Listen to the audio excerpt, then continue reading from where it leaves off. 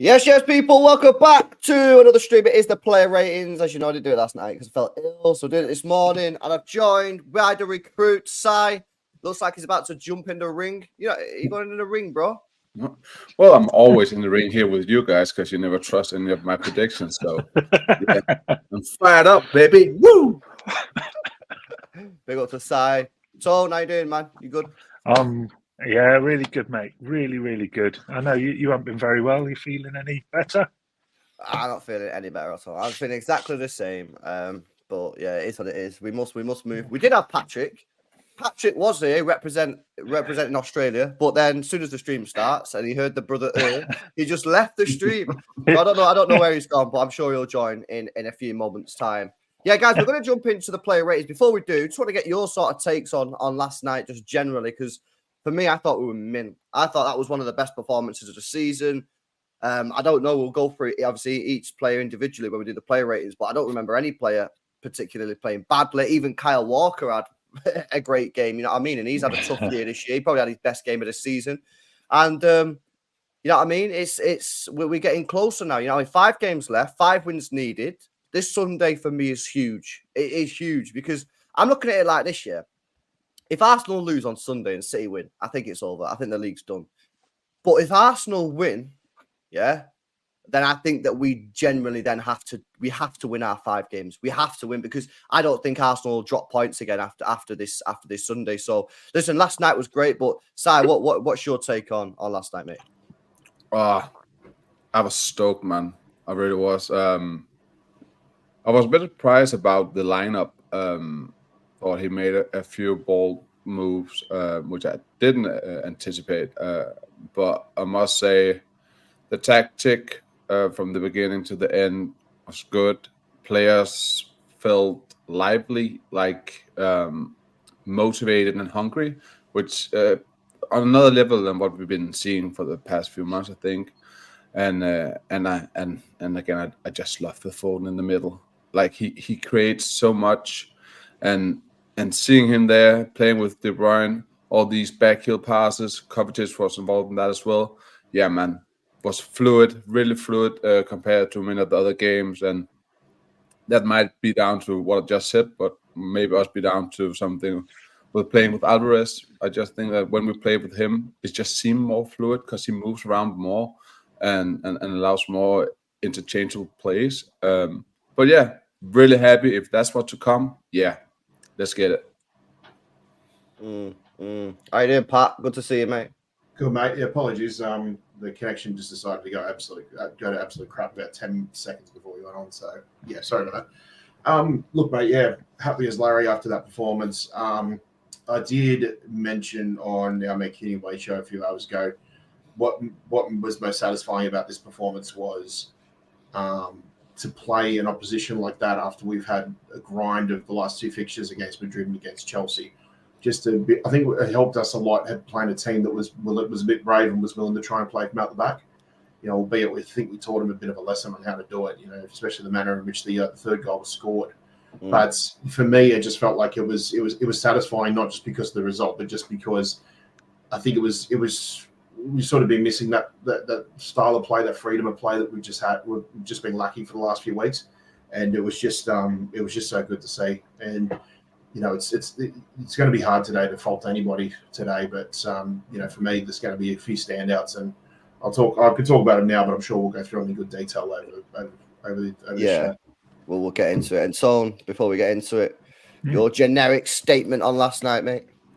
Yeah, excellent. I was, you can probably tell the way I'm grinning.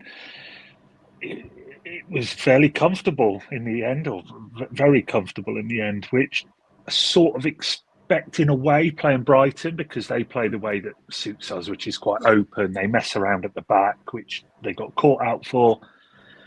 So, yeah, it was a fairly comfortable evening, really, and I thought we sort of made another statement to say we're not going anywhere. We're going to be here every single game now till the end. I'm not saying we'll win them all, but we will be in every game and we will not stop. We want that fourth. Very happy.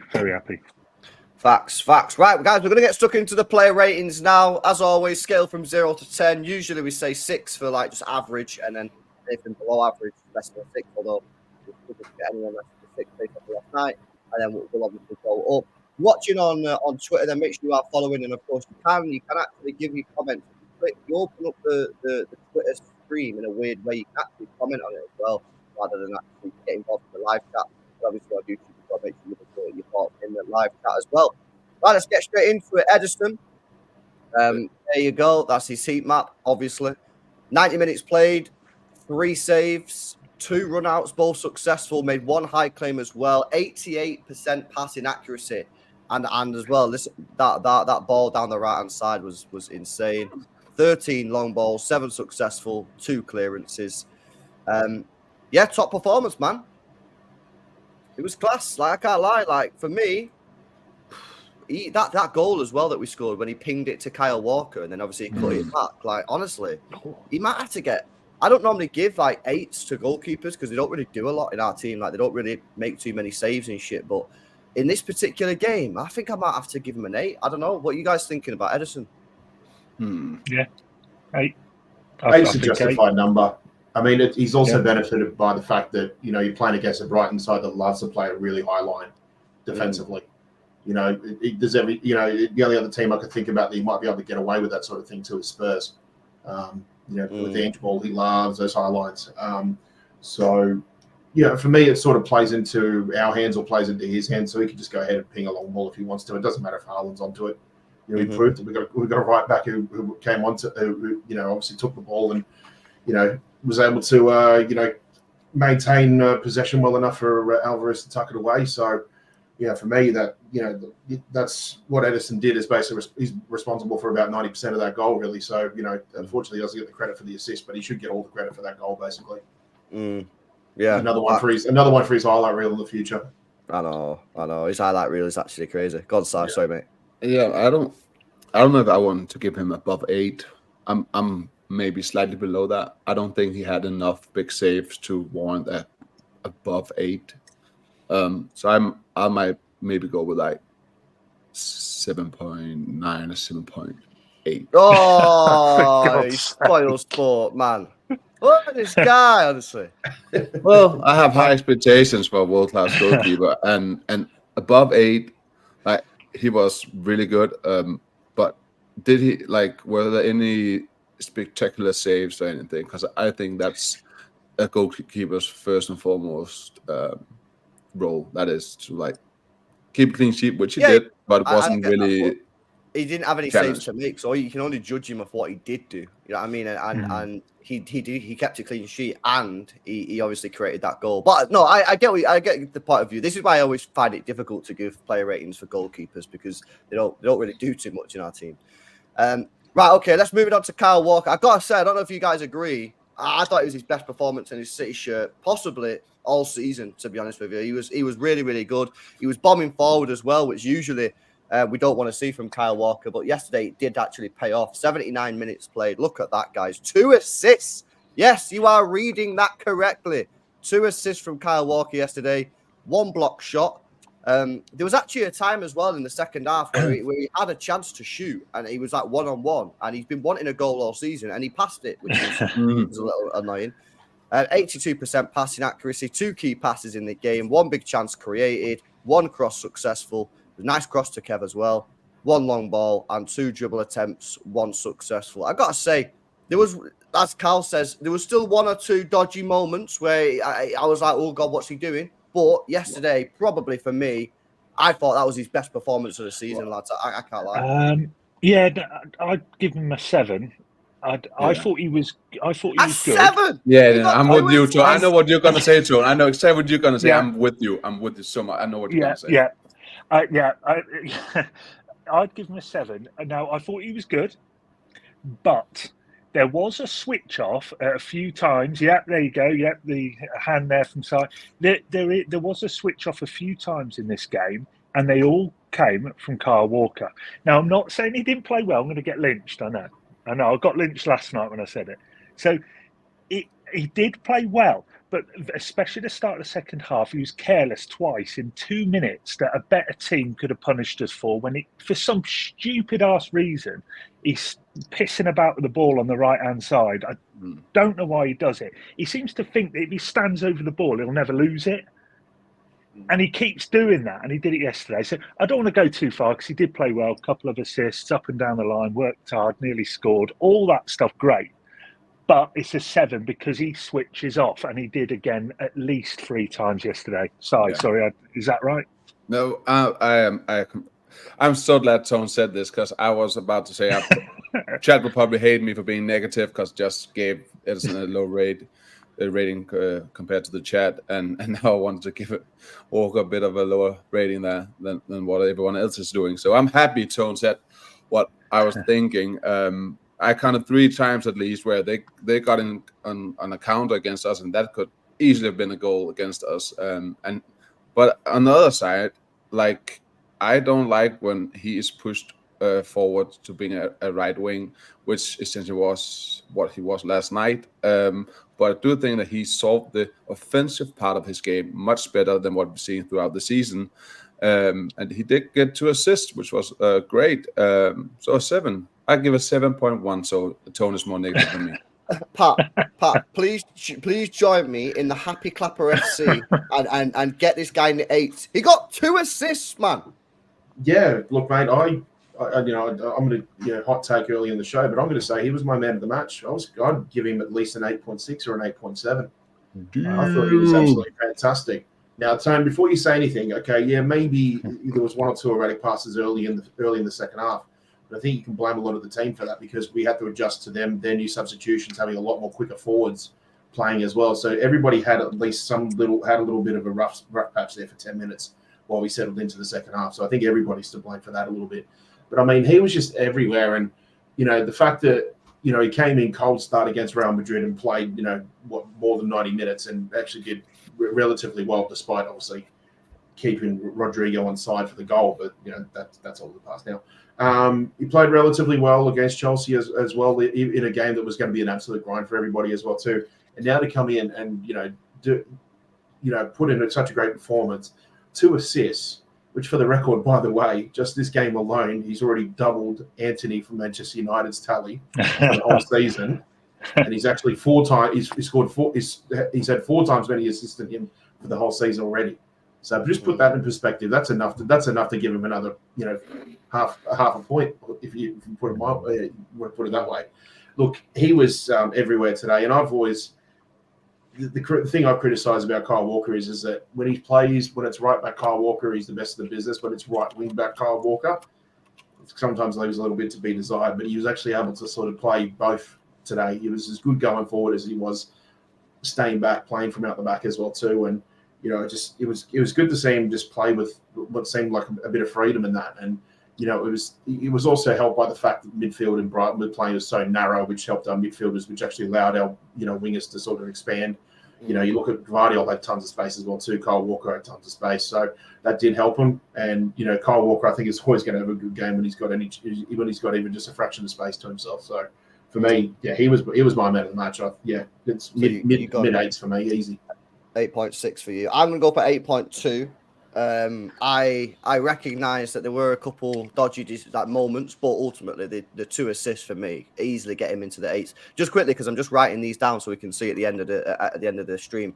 Si, what was your Ederson rating? At 7.9. Yeah. Pat, what was your Ederson rating?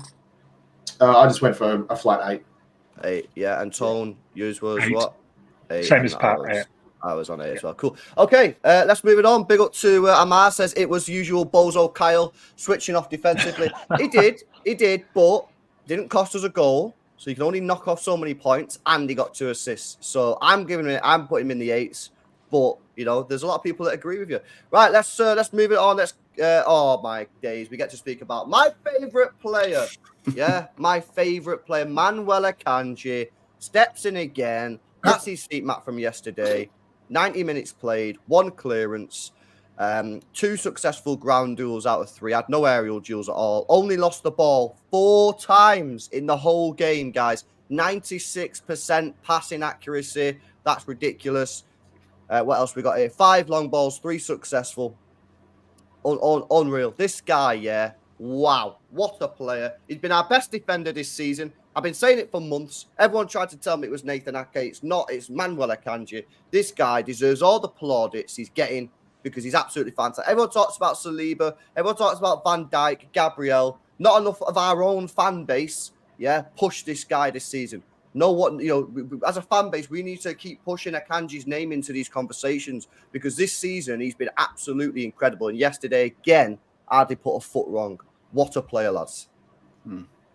No, he's been amazing, and I think people are starting to realize it also outside of our fan base. And as someone just said in the chat, you can't really drop him. He is so pivotal. Even playing him as a right back, center back, doesn't matter. He can invert into midfield. He's getting better at it, and he has pace, which is something we don't have. Like the rest of the central defenders don't really have compared to him.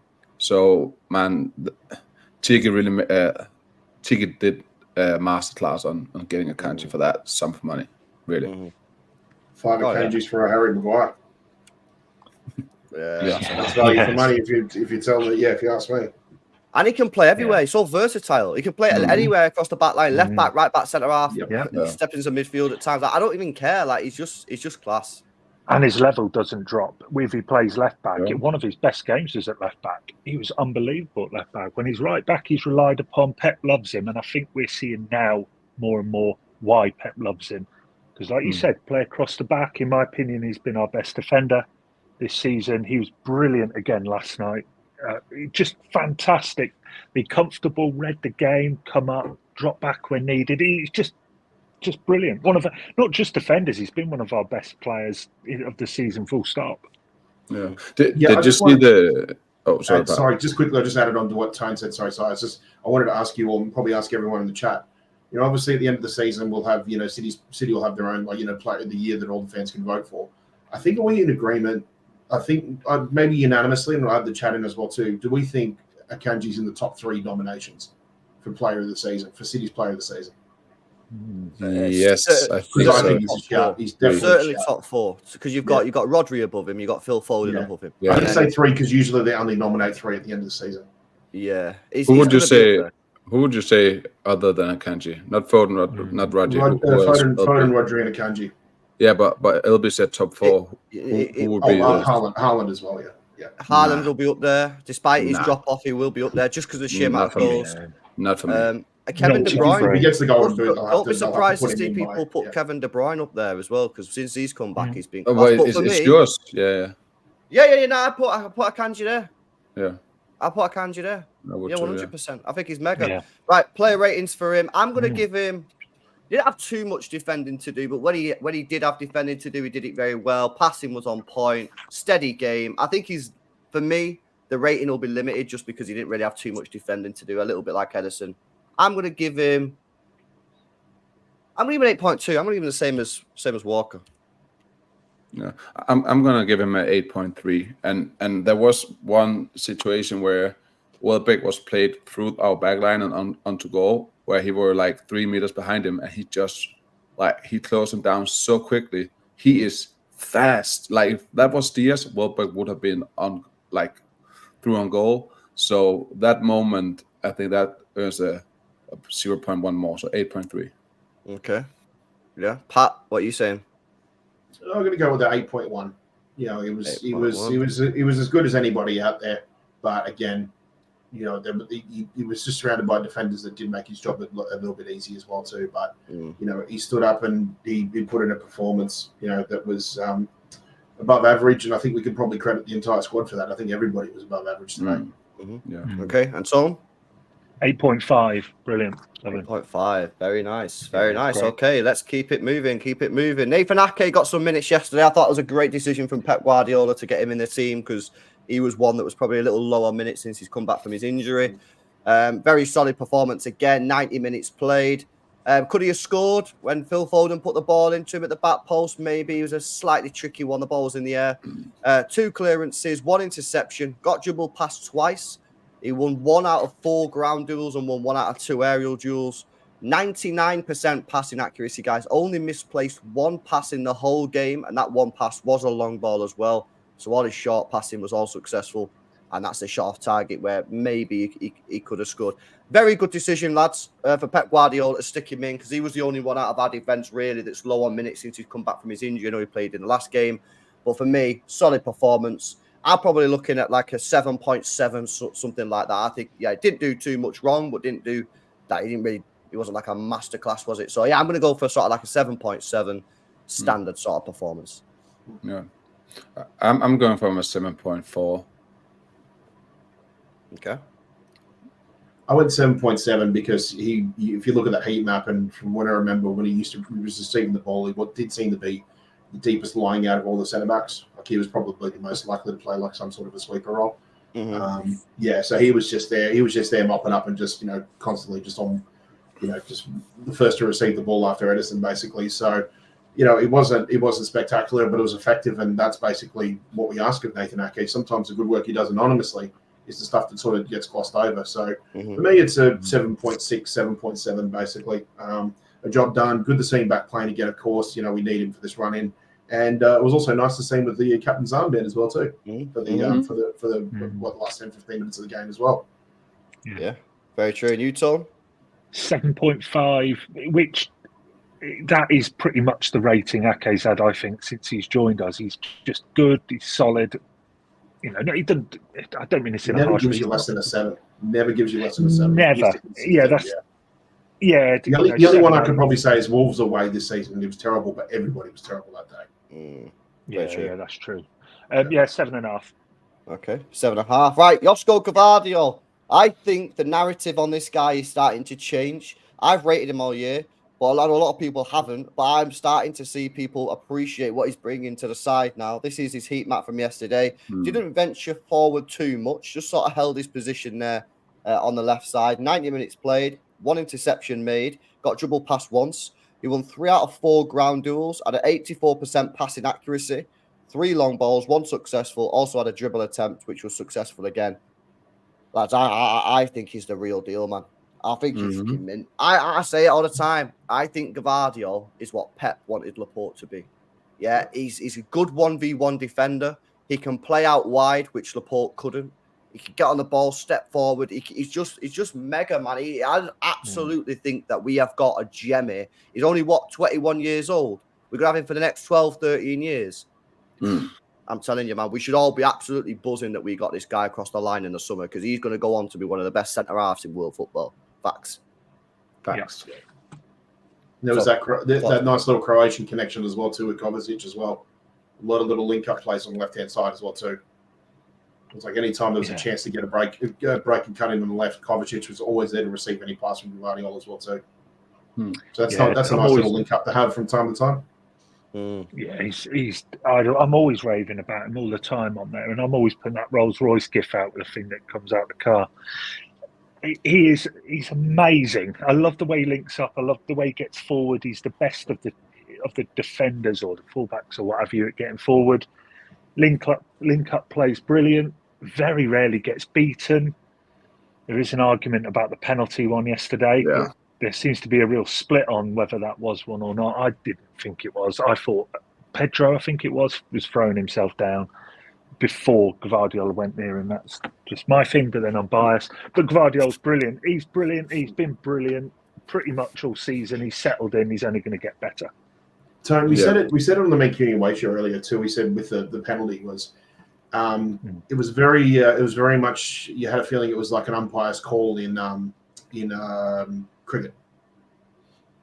You know, they stand with the original decision based on what the umpire says, and I think if you look at what Jared Gillett decided to give, and I agree, I don't think I lean towards it more not being a penalty because he did go down very, very easily, but also Gvardiol was on the wrong side of him trying to make a challenge, and you've seen those being given before, and I know for a fact that if Jared Gillett did give that, it probably would have stayed as a penalty.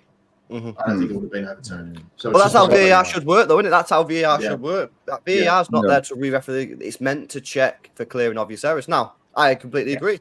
I think because he didn't give the penalty, I don't think there's enough in it for the VAR to say that's a clear and obvious error, so go with it. But if he had given the penalty, likewise, I don't think the VAR could have said overturn it because there was contact. Exactly. So I think it's one of them. Brighton fans will say it's a pen. City fans will probably say it's not a pen. Well, I think it was a pen, so... Yeah, I mean, it's one of those, isn't it? Like, if the pen was given, no one's moaning about it because it is what it is. But yeah, in terms of player rating, to be honest with you, I thought it was mint. Again, I'll probably give him an 8, just a solid 8. Actually, I might go for 8. Si? Well, yeah, I was in the 8s as well for Gvardiol, but I do think it is a pen, so I'll bump him down to a 7.8. 7.8 for Si. Pat? Yeah, just that I'll go 8 as well too, just because I don't think it was a pen. Okay, and Tone? 8.2, please. Oh, 8.2. Okie dokie. Right, cool. Let's keep it. Let's keep it moving. I'm a fanboy. Rodri played and he got subbed off. Now he might have only got subbed off for 10 minutes, but it's better than nothing, lads. That's his heat map from yesterday.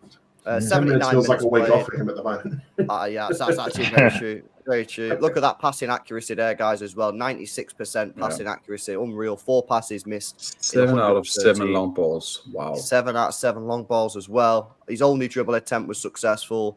He won 3 out of 4 ground duels. He won 1 out of 2 aerial duels. And made an interception there as well on the defensive stats. So, fantastic. You know the good news is for a second? That's the heat map, yeah. That's a number 6 heat map. Apparently so.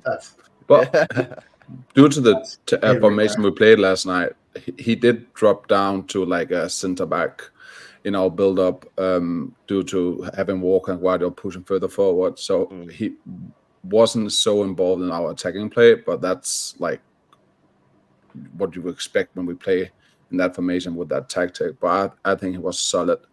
Solid. Yeah. You know what I say about him as well? Is he didn't look tired at all. No, I didn't. But like in the last couple of games, you've seen him in a couple of moments. He's looked knackered. Like yesterday, sorry. There was never a moment where I looked at him and thought he looks gassed him. Do you know what I mean? Even just before he got subbed off, he looked fine. So that leaves us in good position, good standing for the game on Sunday. Because hopefully he looked all right yesterday, and he got subbed off with 10 minutes to go. He's got another 2 days rest, and he plays Sunday. Hopefully he'll be fresh again. So yeah, I mean, it's sort of standard Rodri performance. It's probably not up there with his all-time classics. But yeah, very, very solid. I'd probably give him... I might have to give him 8.2. I'm going to go for 8.2. I'm going to go 7.9 for me. Good performance, but he just seemed to be a bit under the radar compared to other midfielders today. Okay, 7.9. Si? Yeah, I actually think I agree with Pat. 7.9. Just due to him not being too involved in the attacking play, but solid. Like you didn't notice him that much, and that's what you want from your 6. Like you don't want to notice him. So I think 7.9. Okay, and Tom? 7.8. Just 7.8. solid. Usual Rodri game. It's around an 8 out of 10. That's the minimum you sort of expect of him now. Any game he's a 8 at least. So I thought he was just Rodri tonight, which is not a criticism at all. He's amazing.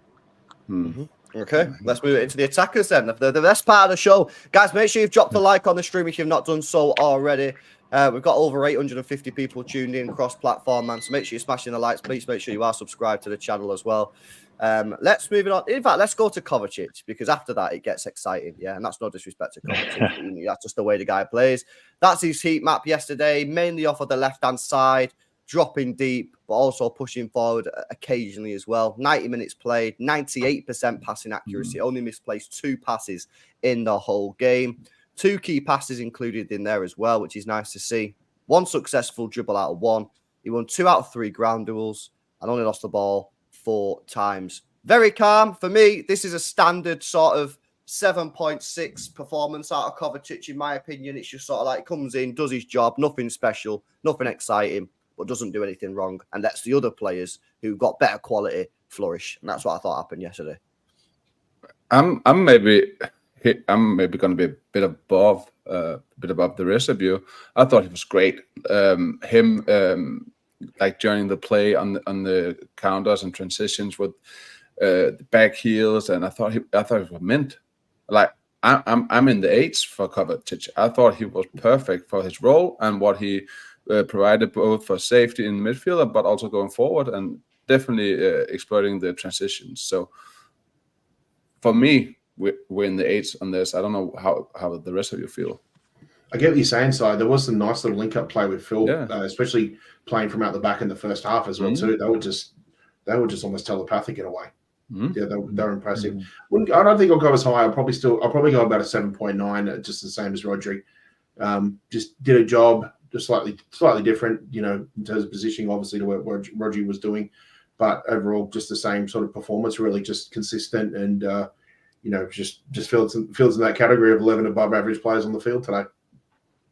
Okay. Yeah. Tom? Yeah, Pat used the word consistent, and that is spot on for Kovačić. He's just good. Another one sort of similar to Ake, really, where when he plays, you just know he's going to deliver. Bar that weird game at Arsenal earlier in the season, which was hopefully just a one-off. But yeah, he was good yesterday. Very busy. He's always fairly comfortable. On the ball. I'd probably go maybe just a tad above Rodri. I'd probably go about an 8. I'll go 8. Okay. Yeah. Okay. And Si, what are you going for? I'm going for 8 as well. Yeah. When I went to the Luton game, I had my mate who don't like Kovačić at all. I'm a bit of a fan of Kovačić. I like him a lot. I like what he how important he is for our team and how we want to play in big games. And then he was just dissing him, and for a 2-minute rant, then he did that crazy goal, Kovačić, in the top bins. Yeah, perfect timing. So I love him even more now. Player, isn't he? He's very much a Marmite type of player. I know a lot of people who don't really like him, to be honest with you. Okay, ratings are in for that. Right, let's move it on to Kevin De Bruyne, mate. Unbelievable. What a player he is. That's his heat map from yesterday. Interesting. I thought we would have seen a lot more on the left-hand side, because it did feel like he was playing more on that left-hand side, but it's kind of a bit balanced on the right as well. 72 minutes played, so he's got plenty of rest yesterday as well, which is fantastic. Got a goal. What a header that was, by the way. Reminded me of Robin van Persie's goal in the World Cup a few years ago. 94% passing accuracy, which is actually really, really high for Kevin De Bruyne. He usually has a really low passing accuracy because of the type of passes that he tries. Crosses, 2 successful out of 1. 2 long balls, 1 successful. Shot on target, 2 shots blocked. He had 2 dribbles, neither successful according to that. I'm not sure that's true, though. 2 ground duels, 1 out of 4. And made a clearance as well in the defensive phase. Looked good. Looked a lot fresher than I thought he was going to do, lads. You know what I mean? Played against Chelsea at the weekend. Looked knackered. Then only got 4 days rest. But comes into yesterday and what a performance it was. Looked super fresh. I thought him and Foden linked up really, really well. We'll speak about that as well once we spoke about Foden. But yeah, top performance. Subbed off with 20 minutes to go. What more can you want? I mean, it's literally a perfect night at the office for Kev. Yeah. Well, he didn't get an assist, but that goal was immense. And his first headed goal in the Premier League as well, which is kind of crazy. He's completed football now. He can retire. Yeah. But how many years been playing for us? Never did a headed goal before, which I thought was crazy. Yeah. But he scored 3 others, but they're all in cup competitions. Yeah, but the only one I can remember was I think he scored a header when he scored the goal when we beat Burton Albion 9-0. Yeah, but in the league is this. No league headers. Yeah, there's only been like 2 or 3 goals from his head. They've all been in cup. Yeah. But the only one I can remember is that Burton 9-0 game. Yeah, but no, I think he was again. I know it wasn't a traditional him and Foden in midfield due to having Foden inverting, but seen them two in midfield starting to grow together, and as we talk about the play between those two, yeah, I really like it. I really, really like it. I think there's so much more to come from it. So much more when this fully deployed and fully like practice and so on. And yeah, it's going to be fire. Tone, what are you saying? Oh, mate, honestly, it's unreal. When he scored that header, I fell on the floor, actually. I got up and forgot the bloody... What's that thing called that you put your feet on the settee? You know, you get one of them things that you put in front of the settee. I jumped up, fell over it, right into near the fireplace. Anyway, it's an amazing goal, amazing player, best player in the Premier League. When everyone's on form and hit it, he's the best. There's no doubt about it. He's excellent again yesterday. He's just constantly a threat. And the respect the opposition give him, perhaps too much at times. You see certain players sort of cower down when he's near the ball. It's really weird. When he's running with the ball, it's like they're frightened to go anywhere near him. A couple of Brighton players are like backing off, like, oh shit, it's De Bruyne. He's just so good. And whenever he's on the field and whenever we're in the attacking, you just think we're going to score. And he's always at the centre of everything good that we do going forward. He's recent performances. He's up there with, not maybe peak, but certainly up there with some of his best. Phenomenal again yesterday, I thought. Yeah, me too. I'm going to give him an 8.3. Ooh, I was going to go 8.2. I thought he just played it. He played a nice role, almost like a quarterbacking role. In NFL, he was just sort of he's just allowing himself to sit behind, Alvarez and Foden and that, and just sort of offer additional assistance, as you said, on that left-hand side as well too, and just basically just sort of monitor what Brighton were doing, with their movements and that too. And obviously, again, with a narrow midfield and playing a high line as well too, he only has to sit back and just wait for the right moment to ping a good ball or a good pass across. And then that goal, like, it made me feel nostalgic in a way, because I can't remember seeing, those sort of semi-long range sort of headers or looping headers that go top bins. I mean, like you used to see them, maybe a couple of times every season during the 90s and 2000s. So I'm showing my age now, guys, sorry. But during the 90s and 2000s, but you just don't see them as much anymore in the modern game. It's like if it's a header, it's going to be a booming header, leaping on top of the crowd in a corner or something like that. You just don't see those finesse headers as much anymore. Well, I certainly don't. But it was just nice to see a goal of that caliber being scored, and for me, just another consistent, solid, all-round KDB role.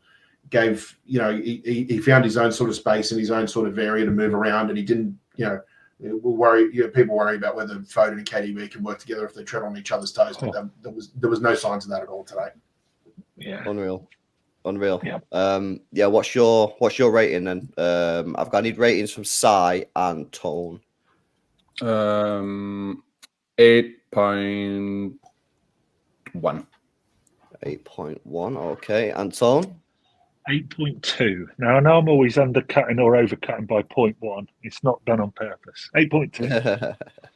Okay, interesting. Right, a couple of players left, and then we'll crown the Man of the Match award. Let's keep it moving then. Let's go to Phil Foden, man. That's his. Look at that heat map. Absolutely everywhere yesterday. Absolutely everywhere. What a player. 71 minutes played again, subbed off with 20 minutes to go. Absolutely fantastic management from Pep Guardiola. 2 goals, 94% passing accuracy. Again, that's really high. 3 key passes in the game, 4 crosses, 1 successful, 2 long balls, both successful, 2 shots on target, 1 shot blocked, a couple of dribbles, not successful there. Also won 5 out of 11 ground duels, made a clearance as well in the defensive phase. This is it. This is what we've been waiting for all these years. We've been waiting for Phil Foden in the middle, and we're finally getting it. And people are starting to see what this guy's about. Yeah, top player, arguably our best player this season.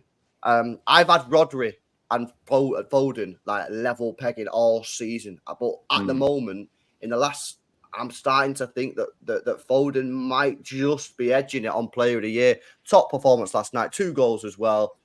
What a player, guys! What a player. Yeah. Not to mention, too, was getting beat up by a couple of the other Brighton players as well, too. I think that Van Eyck and Very true. Van Elst, whatever his name is, they were trying to bring hell's bells out of him as well, too. But he got up and kept playing, and boy, did he play a blinder. There was a situation where he got fouled and the ref didn't see it, didn't give it. And then he chased the ball and he just paid back the foul so hard on the defender. And I like that. I like that bit of oomph from him. But in a controlled manner, so it's not a red card or anything. But that edge is something that shows me that he's maturing. Also, like, he's getting really, really good at knowing when to drive the ball, when to turn, when to go through on goal, and when to stop up, play the pass. And I think Pep is liking what he's seeing. Like, he's maturing so quick, and him and Kevin, as we said earlier, man. We're gonna be legit, fire all over, man. Yeah, he's only a third player under Pep's tutelage to score 50 league goals by the age of 23. The only other 2 players are a certain Lionel Messi and Erling Haaland. That's not bad company. Yeah, That's bad company. No. He's not bad. He's not bad, is he, in that midfield next year, where you could have Rodri, possibility, Bruno G, Paquetá, Doku's been there a year and will no doubt improve, and De Bruyne, I think, will stay. I think he'll extend. So, my God, that midfield could be balmy, and Foden's leading it and probably been Player of the Year with Rodri. He was amazing again yesterday. A couple more goals. I always think I underappreciate him because I never mention him that much. I think it's got to the point with Foden, a bit like De Bruyne, where you don't mention it so much because it's just him.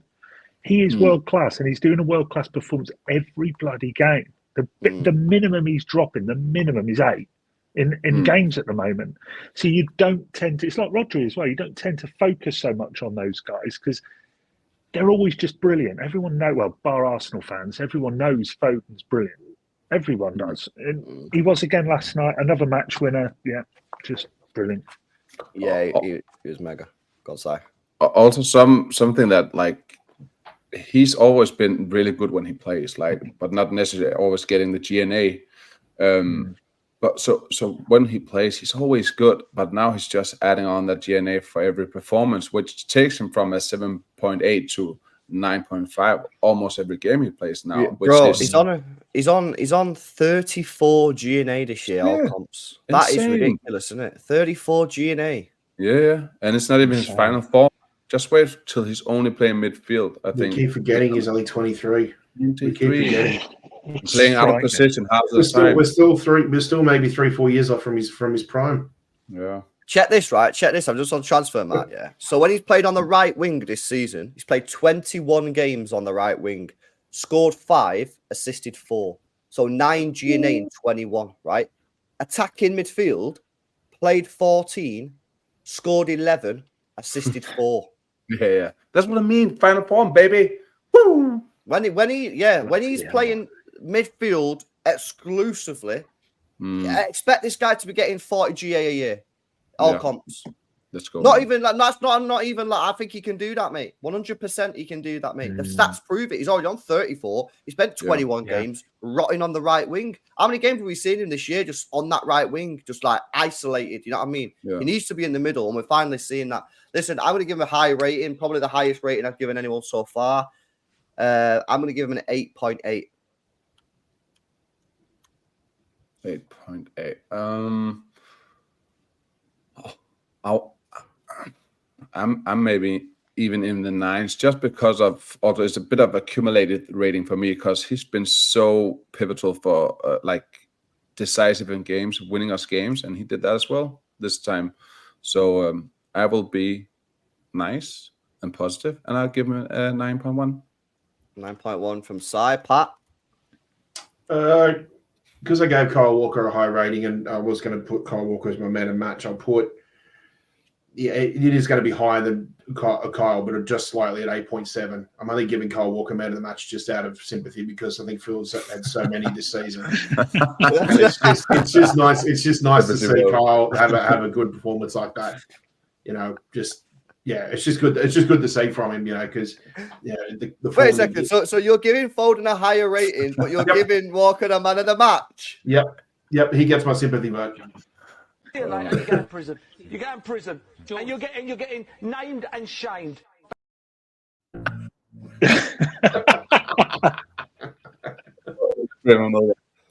Okay. Yeah, but I told you beforehand, so I took a plea deal. So I'm just on bail. I'm on bail for 6 months.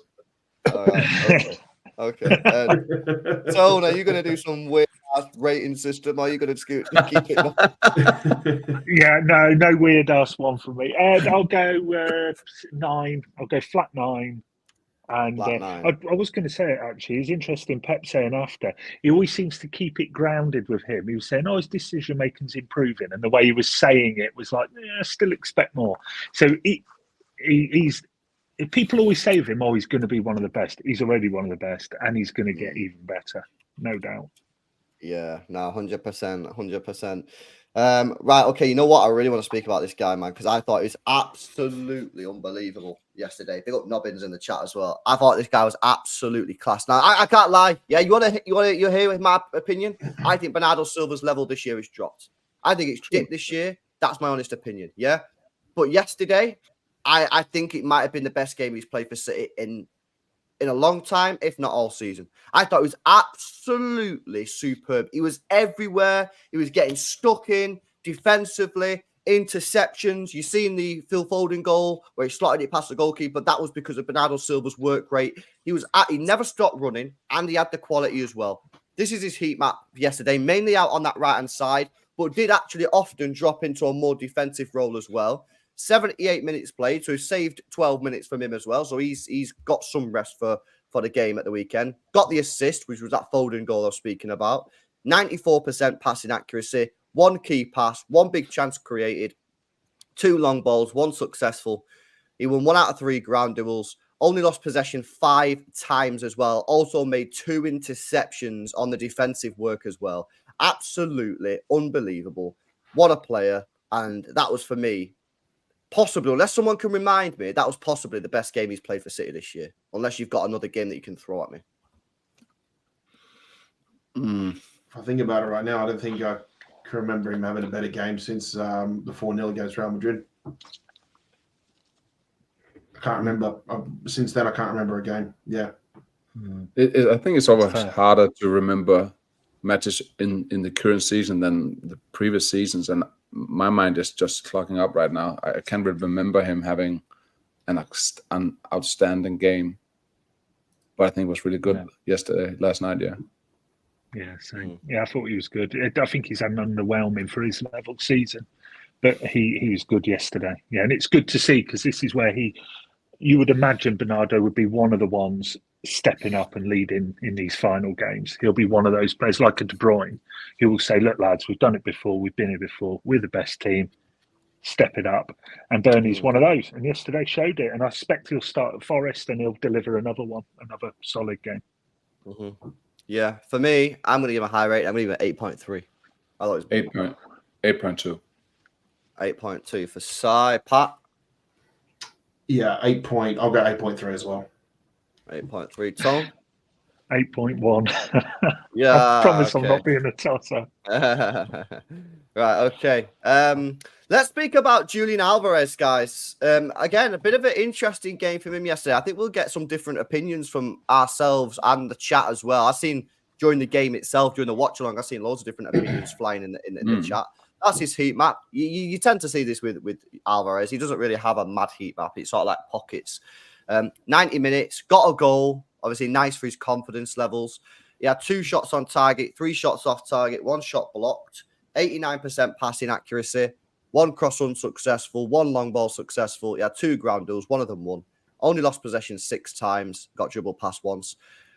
I felt yesterday that he was a lot more confident than in the past because he was shooting a lot more. Now, I know what some people say, some of his shooting wasn't great. It was wide or it was at the keeper.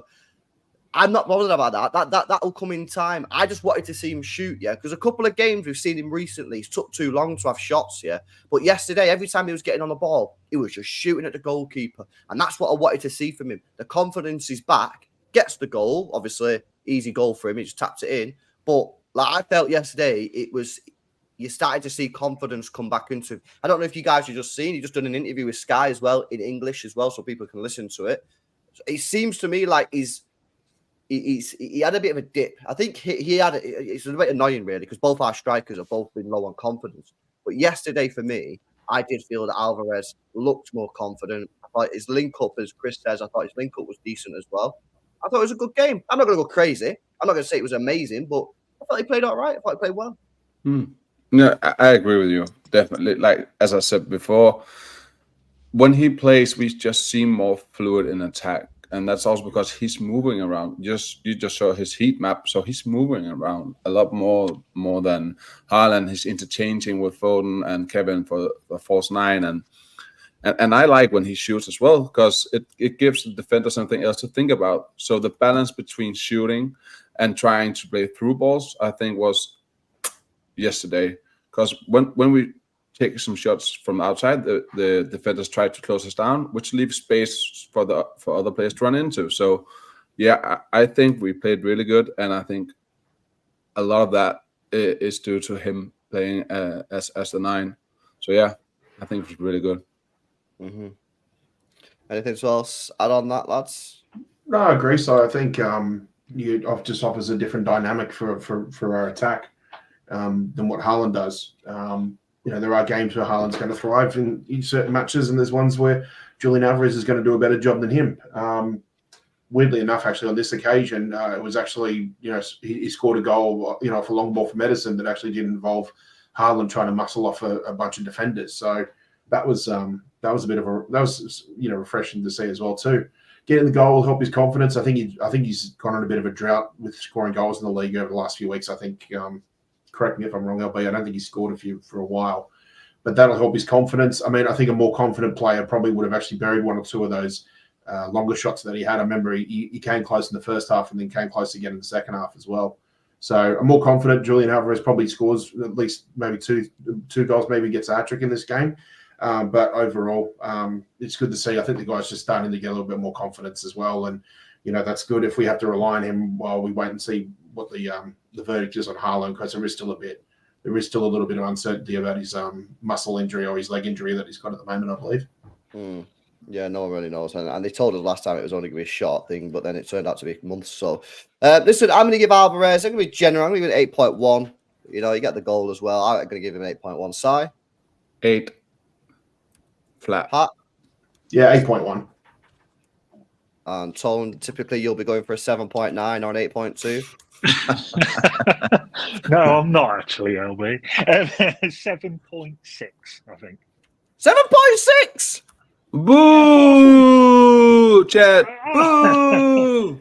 Are you taking the fucking piss? That's my favourite one. You posted. Thank God you gave me the Paul Merson one then. I didn't want that. Yeah. You posted that to Stefan once on Twitter, and I just pissed myself. I think it was because you put his face on our thumbnail thing, and he went, "Hang on, I want my agent involved." Or something. You sent him that. That was amazing. No, I thought he was good, and I love the shot mentioned earlier, he sort of went on the top of the net. That was a great shot, and he played well. But I don't think there was nothing, what in my view, warranted above an 8. I don't think he was good. Yeah, very good. Okay, well there we go. I'm not going to talk too much about the subs, to be honest with you guys, because we was in cruise control by that point. These are the player ratings. As you can see, everyone's got Phil Foden as a man of the match. I have sort of give Walker man of the match on Pat's, even though Walker did get a lower rating than Foden from Pat, but that's just being nice to Kyle Walker. Yeah. Listen, very good. It's probably going to be some people in the chat saying all the blood's rushed to your head because you're down under.